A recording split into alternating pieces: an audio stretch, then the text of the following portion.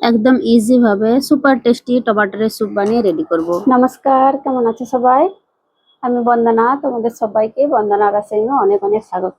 আজকে খুবই সহজ ভাবে বিনা পেঁয়াজ রসুন ছাড়াই টমেটোর স্যুপ বানিয়ে রেডি করব। আমি তার জন্য 500 গ্রাম টমেটো নিয়ে নিয়েছি। 500 গ্রামকে একটু কম ছিল, 4টে টমেটো নিয়েছি। অল্প করে একটু গাজর অ্যাড করব, গাজরটাও নিয়েছি।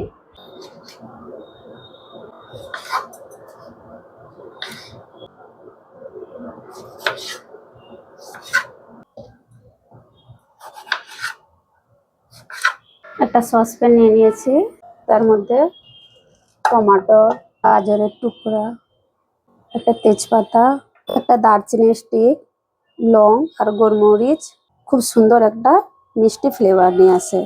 অল্প করে একটু আদা কুচি দিলাম আর ধনেপাতার ডান্ডি দিলাম। ধনেপাতার ডান্ডিতেও খুব সুন্দর একটা মিষ্টি ফ্লেভার আসে।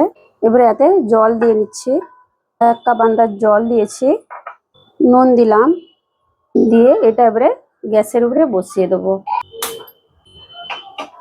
গ্যাসের উপরে এটা বসিয়ে দিলাম, এটাকে কিছুক্ষণ কভার করে দিলাম। দেখতে পাচ্ছ টমেটোটা খুব সুন্দর গলে গেছে।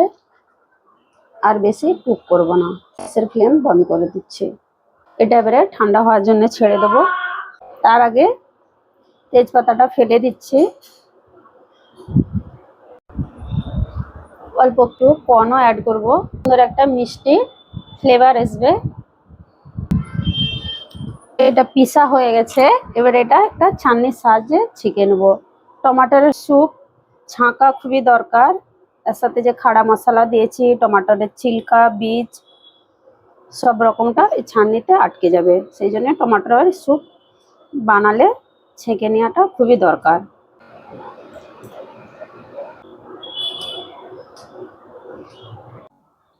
স্যুপ আমি অল্প করে তেল দেওয়ার পরে বাটারও দিয়ে নিচ্ছি।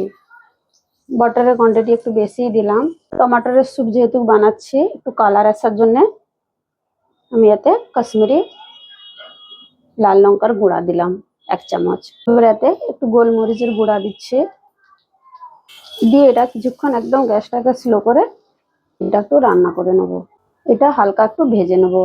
একদম গ্যাসের ফ্লেমটা এই সময় একদম স্লো রাখতে হবে, नहीं তো লঙ্কা গুঁড়োটা জ্বলে যাবে। এবারে টমেটোর যে পিউরিটা বানিয়েছিলাম সেটা দিয়ে নিলাম। তারপরে আমি এতে গরম জল দিচ্ছি। আমি মিঠাসের জন্য গুড় পাউডার অ্যাড করছি, তোমরা চাইলে চিনি কিংবা মিশ্রিও দিতে পারো। টমেটোটা যখন সেদ্ধ করি তখন নুন দিয়েছিলাম, নুনটা একটু চেক করে নিচ্ছি নুনটা কতটা লাগবে। নুনটা কম আছে, সেই জন্য নুনটাও দিয়ে নিলাম। আমি এতে একটু সেদ্ধ করা কর্নও দিয়ে দিলাম, হালকা এটা মুখে পড়লে বেশ ভালো লাগে খেতে। দিয়ে একবার এটাকে 2 মিনিট রান্না করে দেবো। কর্নটা দেওয়ার পরে এরকম ধরনের থিকনেসটা হয়েছিল, দেখতে পাচ্ছ গাঢ়াটা কিরকম ধরনের আছে, খুব বেশি পাতলাও হয় না। স্যুপ যেরকম ধরনের হয় ঠিক সেরকম ধরনেরই গাঢ়া ভাবটা ছিল। খুবই টেস্টি গরম গরম টমেটোর কর্নের স্যুপ রেডি।